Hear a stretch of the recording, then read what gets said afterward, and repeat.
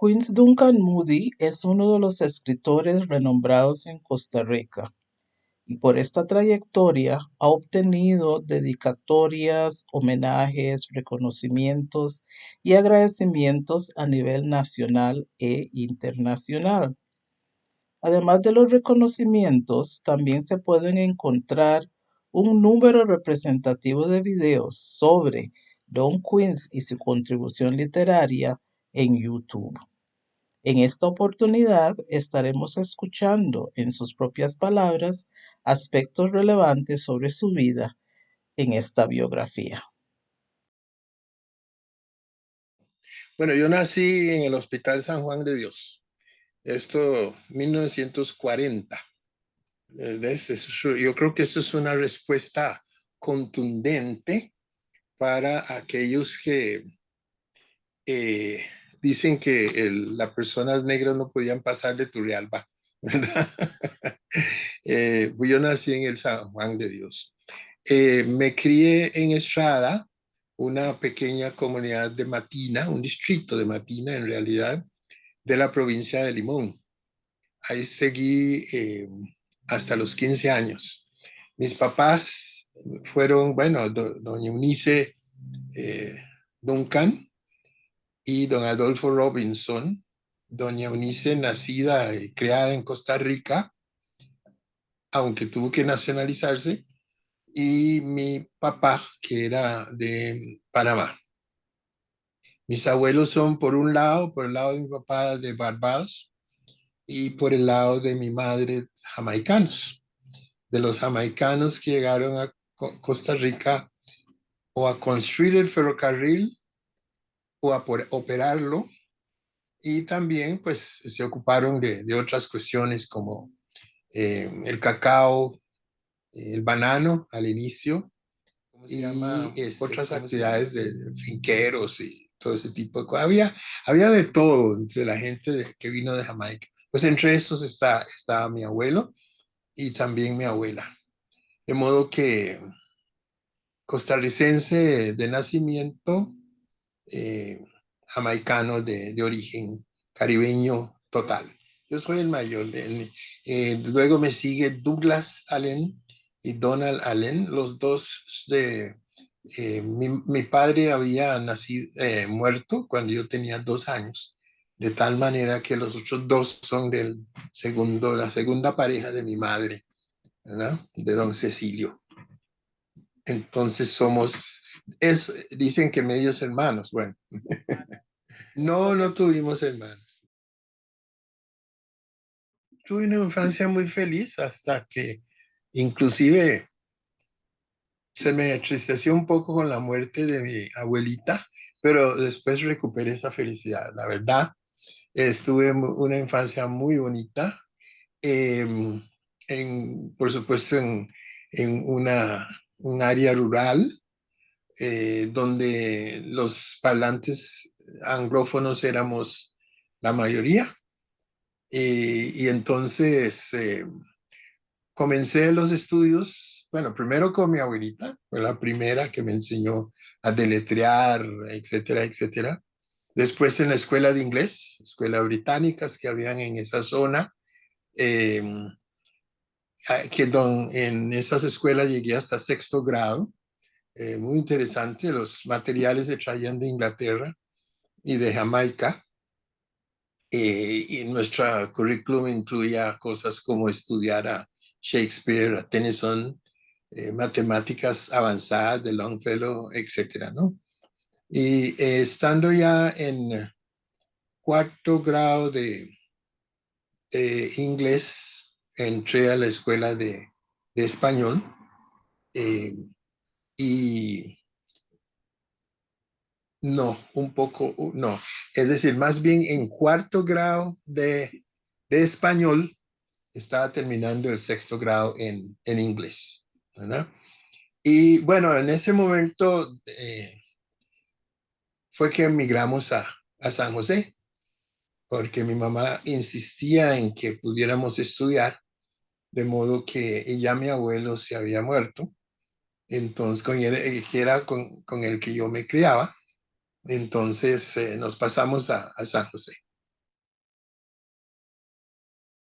Bueno, fue muy interesante porque, como dije, allá en Estrada tenía una situación de felicidad. Nunca realmente me tuve que enfrentar, por ejemplo, al racismo, ¿verdad?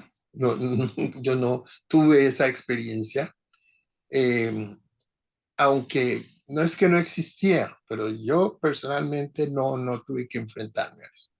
Una vez en San José, sí, pero tuve la suerte de aterrizar en una familia quesada. Es que yo quería ser carpintero y como en ese tiempo no existía el INA ni nada de eso, entonces mi madre me dijo, mira, lo más cercano que he podido encontrar a carpintero es ebanista. Entonces me puse en un taller de ebanistería, el taller de los Quesada, y ahí tuve la experiencia que yo pienso que me ayudó mucho, porque en el seno de la familia había de todo. Había los que son francamente, abiertamente racistas y había otros que no. Yo recuerdo al señor, al mayor, que ya estaba retirado, sus hijos eran los que manejaban el taller, que, y a la señora, doña Dora. Doña Dora me mandaba a traer repostería y me sentaba a la mesa a tomar café con ella todas las mañanas. Me mandaba a traer el taller y me sentaba a tomar café. Y por el otro lado, la única vez que he visto, o las únicas veces que vi al señor lavando trastos, era cuando tenía que lavar la taza que yo ocupaba. Y le daba, y le daba, y le daba, y le daba. Qué curioso, ¿verdad? Entonces, ¿qué aprendí? También en el seno de las hermanas, ¿verdad? Había de todo. Había algunos que tenían unos comentarios, una sobre todo, un poquito molesto, digámoslo así. Y otra con la cual, bueno, prácticamente coqueteábamos, ¿verdad? Solo que la pobre se desilusionó porque yo le dije que estaba en cuarto. Ella creyó que era cuarto año de colegio y era cuarto grado de escuela. Yo estaba terminando la escuela nocturna. Entonces hasta ahí llegó el propuesto romance. Bueno, el asunto es que entonces el haber caído esa familia fue una bendición, porque entonces vi en el mismo seno de la familia las dos caras de la moneda. Yo creo que eso me ayudó mucho para no generalizar, para no decir es que los blancos son, sino entender que hay algunos que tal vez no caen necesariamente, por lo menos en un racismo abierto. Tal vez tengan algunos prejuicios por ignorancia, ¿verdad? Por no haber convivido, pero que también habían otros que sí, definitivamente tenían esas ideas, ¿verdad? Bueno, y yo comencé a trabajar ahí en el taller y comencé a aprender el oficio. eh, y por supuesto, uno es aprendiz, hay que hacer de todo, pero sí aprendí mucho. Otro factor importante en relación con esa familia fue el jefe del taller, porque ese señor, don Carlos, me enseñó a moverme en la ciudad. Usted sabe que uno en el campo, qué sé yo, el ritmo es más tranquilo, ¿verdad? Eh, si uno tiene algún tipo de necesidad, se puede arrimar a un árbol o a una cerca. este, no anda con el reloj en la mano. La única exigencia del reloj es la hora de empezar de la iglesia, la hora de empezar de la escuela y el tren, porque el tren pasa ahí, ¿verdad? Pero fuera de eso, no. Entonces era qué sé yo, un ritmo mucho más lento, tranquilo. Pero en la ciudad no, ¿verdad? Hay que moverse. Y ese señor me empujaba y yo, en ese momento, por supuesto, yo casi que lo detestaba, ¿verdad? Por la forma. Pero años después me lo encontré y le di las gracias porque de verdad él me enseñó a desempeñarme en la ciudad. Había que ir al mercado a buscar una carreta para con esa carreta pasar al, digamos, a la ferretería o más bien al aserradero a comprar la madera que me mandaban a comprar, ¿verdad? Porque los taxi carga en ese momento eran todas carretas, ¿verdad? Jalado por caballos. Entonces yo iba al mercado y iba después, ¿sabes? Y recuerdo también en esos años, es que fue todo un descubrimiento, ¿verdad? La primera vez que usé un teléfono y era un teléfono de manivela, había que darle vuelta a vuelta y esperar que conteste la, la, la encargada de eso, ¿verdad? Y darle el número, dictarle el número y al rato ella avisaba, ya está conectado, puede hablar.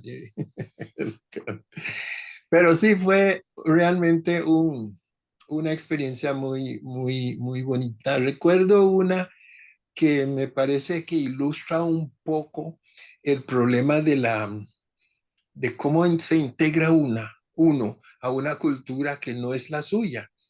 Fue, creo que sí, Semana Santa creo que fue. La cuestión es que doña Dora, la señora, hizo tamales.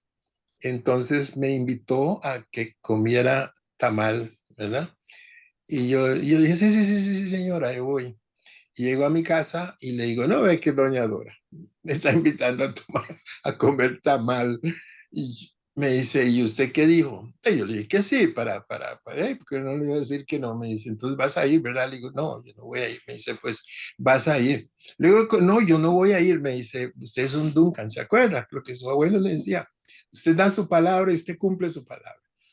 Es que mami, no sé qué, bueno, es que si no querías ir, debiste haberle dicho que no. Vas a ir. Ay, Dios mío.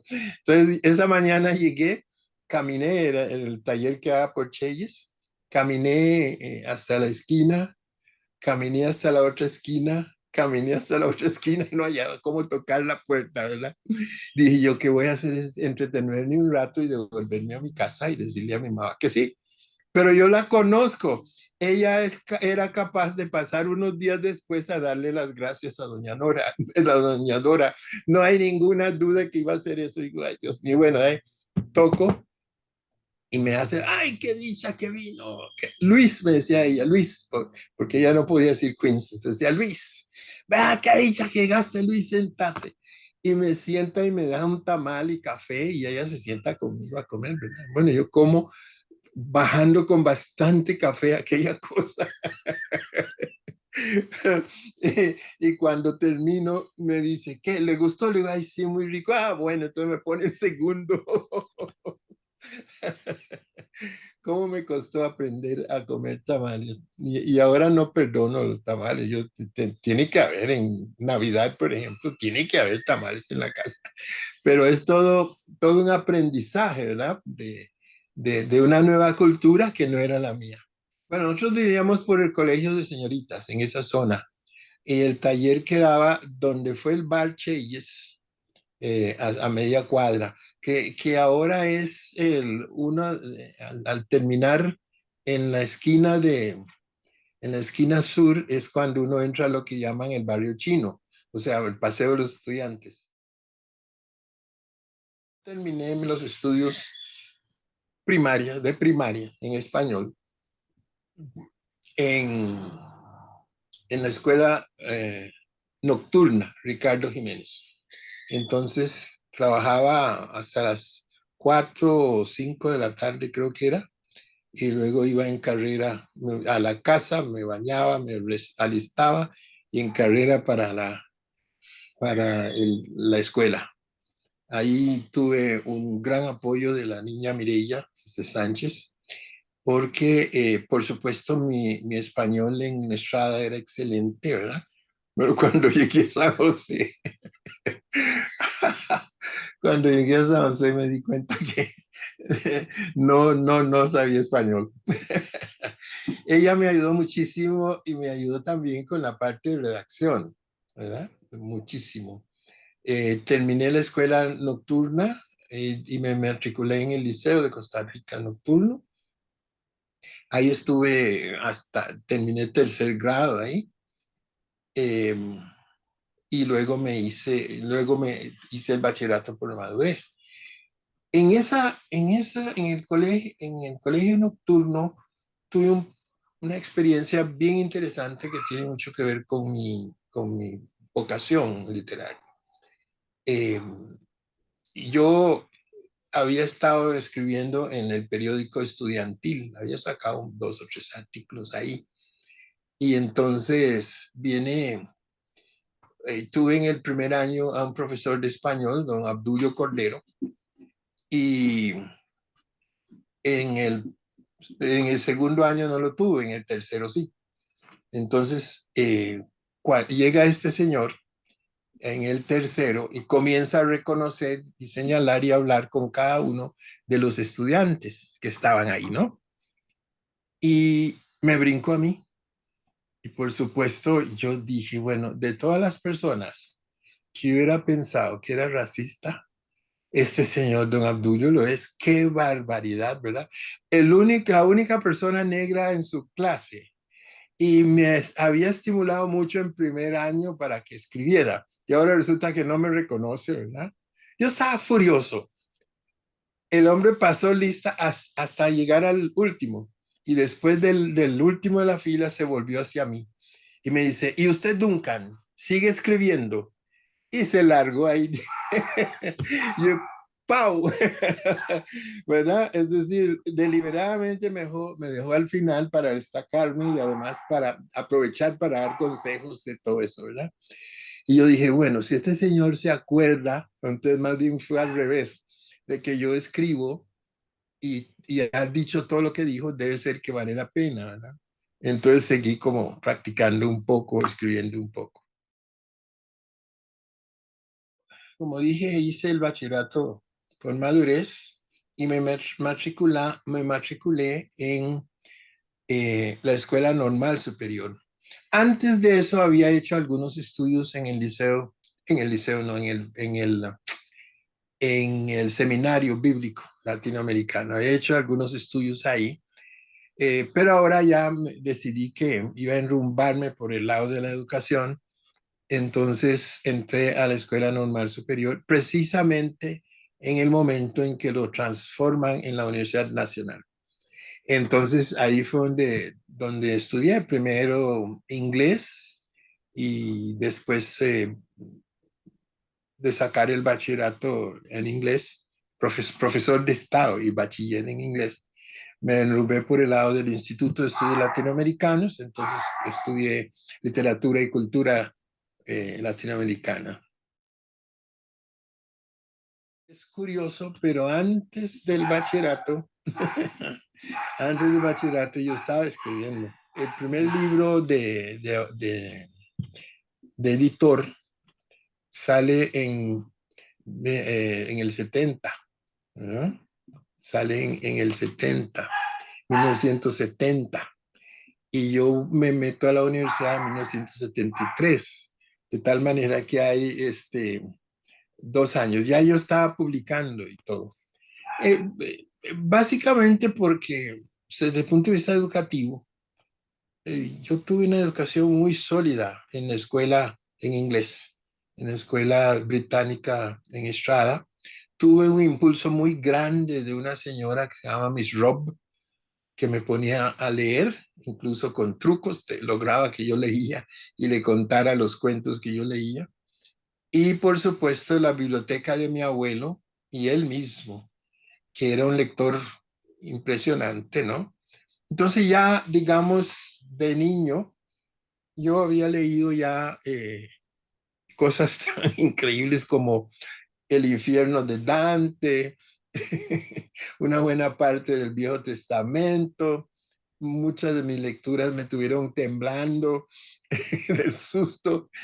También había leído Cien años de guerra en Europa, un poema al pueblo Ashanti. Entonces, y era un lector muy, muy grande. Ya ya en el colegio, había comenzado como como es, esos estímulos que me daban a descubrir que realmente podía ser, ¿no?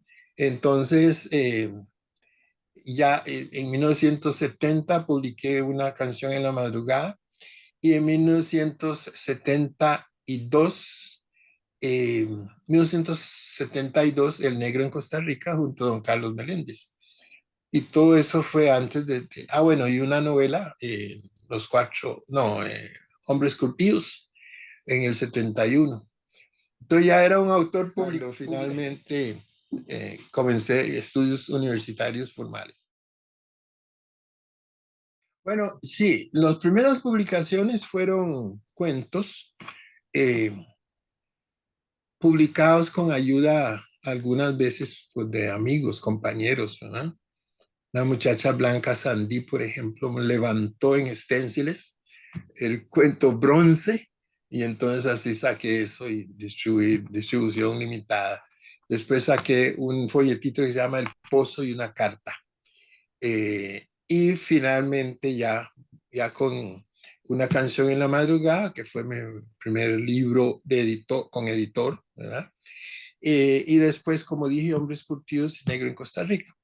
A partir de ahí comencé, yo diría que un promedio durante algunos años de un libro por año, incluyendo novela, cuento, eh, y había un dato interesante, eso sí, o dos datos. Uno, que la verdad es que los primeros cuentos tuvieron una gran acogida. Y el primer libro, el primer libro de historia, ni se diga, El Negro en Costa Rica, ¿verdad? Fíjese que ese primer, estaba repasando y creo que en una canción en la madrugada tuvo como 5 ediciones. No ha tenido. Y aquellos tiempos las ediciones, lo mínimo eran 2000 ejemplares, excepto poemas que eran 1000, pero y, eh, y ese libro tuvo ediciones de 5000 ejemplares, así que estuvo muy bien. El Negro en Costa Rica, ni que se diga, yo creo que debe andar por unos 15 veces, tal vez se ha publicado, que se ha mantenido en el mercado durante todos esos 50 años. Y luego entonces comenzaron las novelas eh, que comencé a publicar y también continué con algunos ensayos sobre literatura, sobre cuestiones de historia sobre racismo, que fue uno de los temas que me interesó mucho desarrollar, derechos humanos. Eh, y ahí hay algunas experiencias bien interesantes, ¿no? El, la cuestión de los premios, ¿verdad?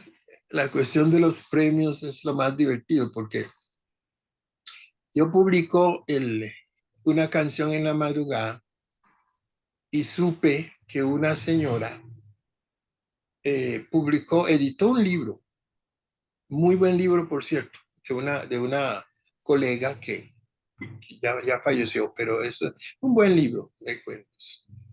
Pero lo toma y lo publica y después ella aparece como miembro del jurado y le da el premio al libro que ella misma publicó.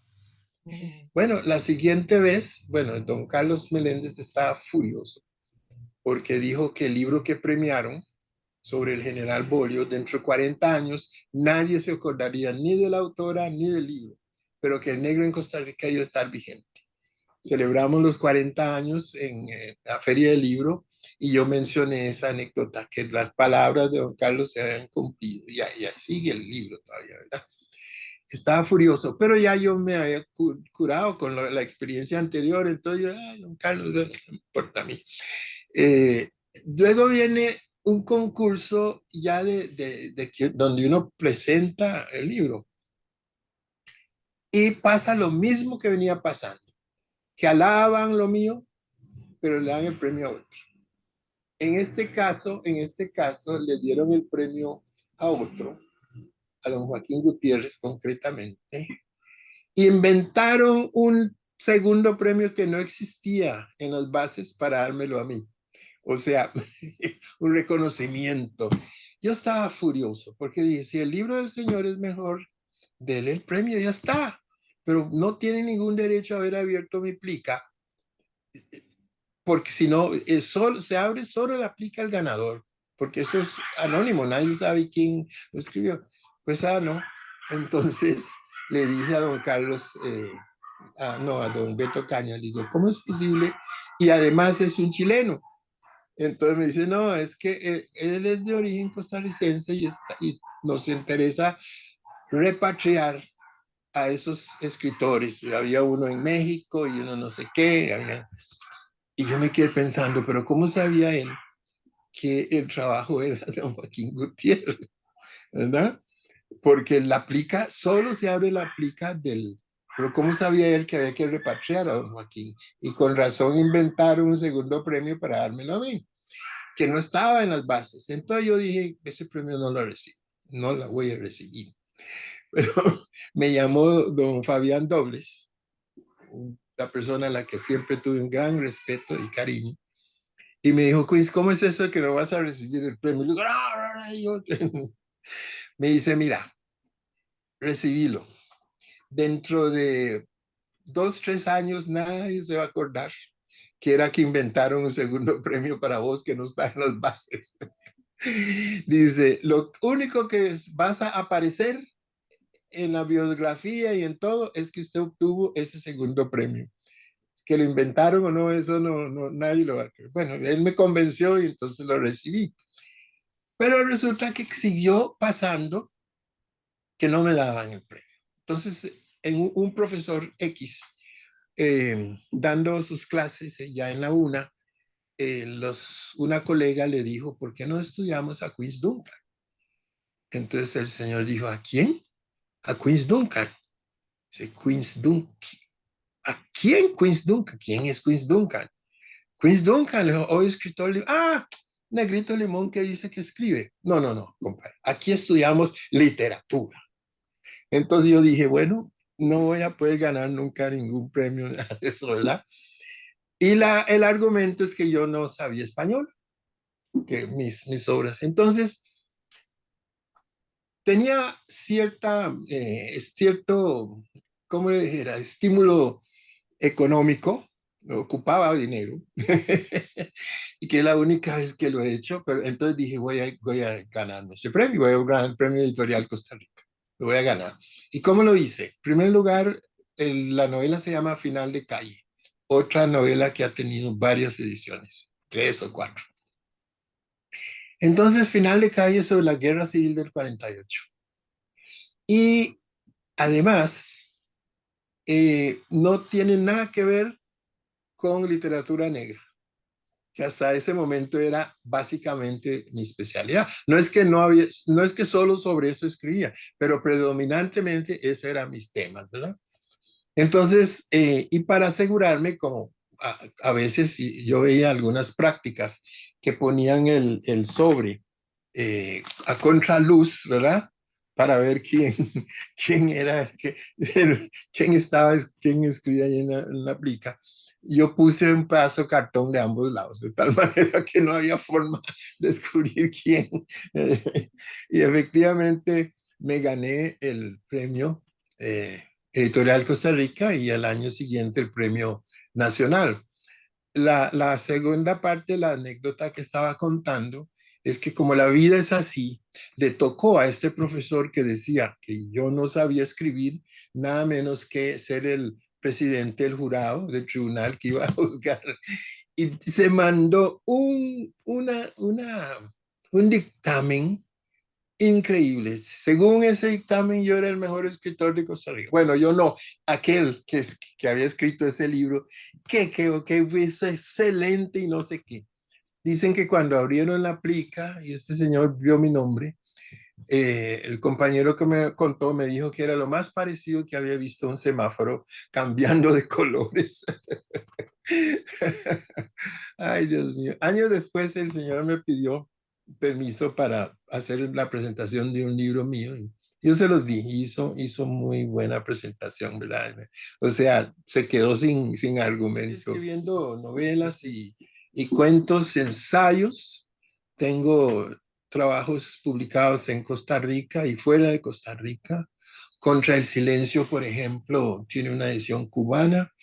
Hay algunos otros que se han publicado en los Estados Unidos y vinieron también los autores que estudian a Queens Duncan también. Hay libros sobre mi obra literaria, hay tesis a nivel internacional y hay muchos artículos. Así que, resumen, esa es la trayectoria. Estaba viendo que tengo 91 publicaciones, de los cuales más o menos la mitad, o un poco más de la mitad, son libros míos completos, ¿verdad? O coautoría. Y las otras publicaciones son contribuciones que hago, capítulos, etcétera, etcétera. Pero ya es bastante. Bueno, la medicina alopática es muy tardía en mi familia, ¿no? Creciendo ahí en el campo y mucho, sobre todo en aquel tiempo, pues parece que sí tuve un médico porque si nací en el hospital, me imagino que hubo un médico ahí presente, ¿verdad? Pero después de eso, la verdad es que yo estaba ya como en cuarto grado o quinto grado de español cuando comencé a tener unas reacciones que ahora sé que son un poquito de dislexia lo que había. Pero entonces los chiquillos se reían, mis compañeros de mí, porque comenzaba a, leer al revés y todo ese tipo de cosas. Entonces me trajeron a San José y me, ¿cómo se llama? A mí me dieron un tratamiento, ¿verdad? Un diagnóstico que no tiene nada que ver con la dislexia, pero la cuestión es que sí tenía algunos problemitas y sí me funcionó el tratamiento, ¿verdad? Eh, pero bueno, yo eh, continué con esos trabajos y esos estudios, interesándome cada vez más en diferentes temas. Y resulta que de repente me encontré con la medicina natural, con la homeopatía, un poco por alguna enfermedad que tenía y no, los médicos alópatas no daban con qué pasaba. Y alguien me dijo, ¿por qué no vas a ver al doctor Fonseca? Y entonces fui a ver a este señor. Y sí, inmediatamente me trató y me curé. Y dije, ¿qué es esta cosa? Entonces comencé a estudiar, a investigar un poco por curiosidad, ¿verdad? Porque a mí sí, yo siempre me meto a, a tratar de aclarar cosas. Y entonces comencé a estudiar por mi cuenta un poco. Y después había algunos cursos en San José que comencé a llevar.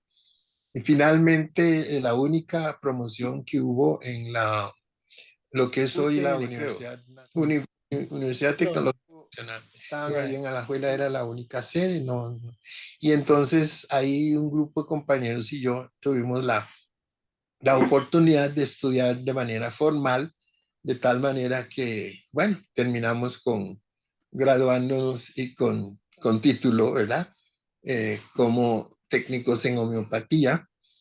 Y luego yo seguí estudiando por diferentes medios, pues, en línea. En Estados Unidos también estudié un poco medicina natural y ahí va, ha sido eso así, ¿verdad? Y como tenía la costumbre de lectura, entonces me he devorado todo lo que ha estado a mi alcance sobre el tema, ¿verdad? Eh, Inclusive materiales de universidades de Puerto Rico y de España, aunque no me gradué porque eh, eran demasiadas las cosas que estaba metido, entonces dije, ¿cuál tengo que aflojar? Y durante un tiempo tuve un consultorio donde daba consulta, no aclarando que no soy médico alópata, lo que puedo hacer es darle a usted un consejo, ¿verdad? Y en mis documentos lo ponía, porque resulta que ese curso que nosotros estuvimos, no pudo continuar la universidad con eso por el colegio de médicos que intervino, ¿verdad? Amenazando y todo ese tipo de cosas, ¿verdad? Y los de la universidad aflojaron, porque según la ley, las universidades nacionales son los que pueden decidir qué carreras dan y qué carreras no, ¿verdad? El otro asunto es si iba a ser reconocido o no por el Colegio de Médicos, pero eso era así. De modo que sí, y estuve practicando durante varios años, tuve consultorio y todo, pero bueno, ahora atiendo unas cuantas personas algunos sábados en mi casa. Yo digo los necios que están convencidos de que la cosa funciona, entonces me siguen buscando, inclusive ya me han traído sus hijos, así que imagínense, ¿verdad? Y una chica que atendí siendo niña y ahora apareció ahora con su hijo, de sus hijos. Así que sí, sí, sí. Yo pienso que a pesar de los avances de la medicina alopática, la verdad es que estas alternativas ofrecen muchas opciones de curación sin los efectos secundarios, ¿verdad? Porque a veces el alópata te cura la garganta, pero te enferma el hígado, ¿verdad? Entonces, yo recuerdo una vez en CNN un señor publicitando el gran descubrimiento para curar el cáncer de seno. Y entonces ella decía, pero ¿y los efectos secundarios? Y el hombre daba vueltas y no decía no. Finalmente dijo, bueno, puede causar en algunas personas cáncer en el páncreas o el hígado, no recuerdo qué otra parte del cuerpo. Esa muchacha, yo creo que ella perdió el trabajo por eso, porque usted sabe que en Estados Unidos, en esas cadenas internacionales hay que ser muy proper, ¿verdad? Muy formal. La señora se puso furiosa. Me dice, usted me va a decir a mí que yo tengo que tomar eso para curar un cáncer de seno y me va a dar cáncer en otra parte del cuerpo. Pero ¿qué tal? ¿Qué? Bueno, viene que... Y entonces, hay todavía un espacio grande para estas curaciones alternativas, ¿verdad? Eh, por algo ha sido reprimida durante 200 años, ¿verdad? Porque quita, ha subsistido y resistido. En algunos países como la India es medicina, ¿verdad? O en Cuba o en Inglaterra. En Europa, usted en todas las farmacias en la calle, usted dice homeopatía, homopatía, etcétera, etcétera, ¿verdad? Pero nosotros aquí en este país, nuestros médicos son muy influenciados por la medicina gringa y entonces en los Estados Unidos es donde está prohibido en varios de los estados. Todavía hay estados que no lo toleran. En Estados Unidos hubo hospitales homeopáticos, pero las productoras de drogas, bueno, digamos, farmacéuticas, se encargaron de que el Congreso lo prohibiera. Bueno, lo del 31 de agosto vino a partir del primer seminario del Negro en Costa Rica, que un grupo de nosotros organizamos, ¿verdad? Y una de las conclusiones, eso fue dirigido por compañero Bermúdez. Y una de las conclusiones que salieron de ahí fue precisamente que hubiese un día, ¿no? Se le llevó al Watts, el padre Watts lo llevó al SEC y el SEC logró llevarlo al presidente Carazo, que de todos modos estaba muy abierto a recibir cualquier cosa, pero no lo presentábamos porque la mayoría de los compañeros eran liberacionistas. Entonces, entonces no quisieran darle ese triunfo a Carazo, ¿verdad? Bueno, pero usted vino el decreto, efectivamente, comenzó con eso y sí, lo que me tocó más que todo es cómo justificar ese tipo de cosas y ahí se resolvió. Los derechos humanos, bueno, fue una larga historia, ¿no? Estuve la comisión para combatir el racismo del Consejo Mundial de Iglesias. Me tocó trabajar a favor de Mandela, estando todavía en la cárcel, a favor de Zimbabue, que estaban bajo el régimen muy semejante al apartheid. Luchamos contra el apartheid, denunciamos las iglesias tenían inversiones en ciertas compañías de militares, productores de armas, o bien que apoyaban al régimen del apartheid. Me tocó estar en Australia, con los aborígenes de Australia, dándoles solidaridad y publicamos, denunciamos la situación en que vivía. Un día de estos se me vinieron las lágrimas porque escuché que finalmente el gobierno de Australia había hecho un reconocimiento muy importante para algunos aborígenes que eran secuestrados por los misioneros cristianos porque ellos decían, los aborígenes no tienen alma. Entonces, si se mezclan con la gente blanca, sí tienen alma. Entonces, cuando veían entre las comunidades, encontraban a un niño que tuviera el pelo claro, y conste, no necesariamente ese pelo claro es porque está mezclado con blanco, ellos son así, lo secuestraban, lo llevaban a la misión para que ahora sí tiene alma, entonces para crearlo como cristiano, ¿no? Entonces hace poco parece que el gobierno finalmente, muy tardía, pero está bien que lo ha hecho, dio una indemnización a todos los hijos de esa camada. Y se me vinieron las lágrimas porque yo recuerdo las luchas que dimos en aquel tiempo, ¿no?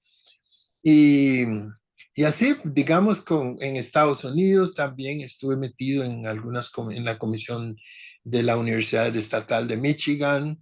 eh, en fin, he andado por todo lado, en África, eh, en el Caribe, en América Latina en general, hasta en Canadá, precisamente en estas luchas, ¿no? Cuando quisimos entrar a Sudáfrica, a, precisamente a hacer nuestro trabajo ahí, a hacer campaña. No nos dieron la visa, no nos permitieron a ningún miembro de la comisión. Íbamos a un retiro espiritual con el obispo Desmond Tutu, de tal manera que nos quedamos en Zimbabue y el obispo Tutu vino a Zimbabue y trabajó con nosotros una semana.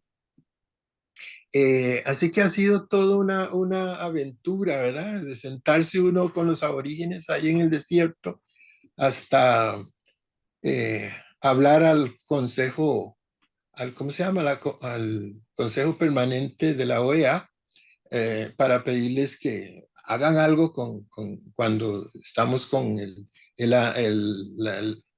¿cómo se llama? El diseño internacional a todos los niveles, ¿no? Dentro y fuera del país. Y creo que es una de las cosas que me llena de satisfacción porque aunque esos avances son lentos, pero he vivido, Dios me ha permitido eso, vivido para ver Right. resultados y entonces de eso está muy bien. Pero don Queens, pero yo creo que eso es lo que lo mantiene usted viéndose tan bien, porque yo no puedo creer que usted tenga más de 80 años. Terminé la última novela, Las Raíces Vivientes, y dije, bueno, seguro que ya. Bueno, en eso vino el libro de Limón, y entonces ya dije, bueno, ahora sí es cierto, ya está bien, me voy a pensionar, porque ya está bueno, ¿verdad? Ya he dicho todo lo que he tenido que decir. Bueno, y ahora estoy trabajando en una nueva novela que se llama Las Madres del Pueblo, porque me di cuenta que me faltaba esa. He trabajado sobre indígenas, sobre afro, pero me faltaba el trabajo sobre las mujeres. Y entonces, todas esas mujeres que lucharon tanto por y que la historia los margina, ¿verdad? Nadie los conoce, no se mencionan. Entonces ya estoy trabajando, no sé si va a ser una novela o qué, pero sí estoy ya dándole vuelta a ese asunto, porque básicamente me llegó un artículo de una colombiana analizando un mensaje de Rosa, trabajo el pueblo afrodescendiente. Entonces analiza esas dos cosas y señala, dice, bueno, la ruta que he venido siguiendo yo. Yo dije, mira, yo no sabía que eso era así, ¿verdad? Porque muchas cosas, uno no es consciente totalmente. Y entonces de repente dije, pero entonces me falta esto. Entonces ya me motivé otra vez enredándome, ¿verdad? Cuando podía tranquilamente sentarme a tomar cafecito en la mañana, el de la tarde. Pero bueno, ahí voy, ahí voy. Claro, muy rápidamente. Muchas veces la gente se pregunta si valdrá la pena lo que está haciendo, ¿verdad? Porque no encuentra muchas veces la respuesta que esperaba. Uno de los lugartenientes de Martin Luther King cuenta que cuando estaba pequeñito, el papá lo llevó lo llevó a un evento ahí en Los Ángeles, ¿verdad? Y que él eh, venía caminando y había un señor que tenía un rótulo que decía, hay racismo en las Olimpiadas. Y dice que pasaban y hasta los negros, la gente negra se volvía, más bien se corrían, no querían ver eso, ¿verdad? Como diciendo, pucha, ya nos tienen la oportunidad, ahora este viejo viene aquí con sus cosas, o ese joven, porque era joven en ese tiempo. Y entonces dice que se aburrió tanto de que yo no vuelvo a meterme en nada. Y no se volvió a meter en nada el señor este, ¿no? Él dice que este muchacho dice que él vio ese rótulo y le preguntó a su papá sobre eso y a partir de eso se interesó y era uno de los lugartenientes de Martin Luther King. Vea usted la influencia de este hombre que terminó siendo un mesero, un humilde mesero, con un rótulo ahí y él seguramente influyó solo en una persona, pero esa persona influyó sobre toda la humanidad, en realidad toda la humanidad que hicieron los... Entonces yo creo que no hay que aburrirse, hay que poner su grano de arena y bueno, ahí vendrá tarde o temprano la cosecha. Muchas gracias, Carmen. Somos voces de la historia, sangre, tinta y papel. Somos voces de la historia, mis ancestros, su saber, mis ancestros, su saber, mis ancestros, su saber. Ao y ao, ao y ao.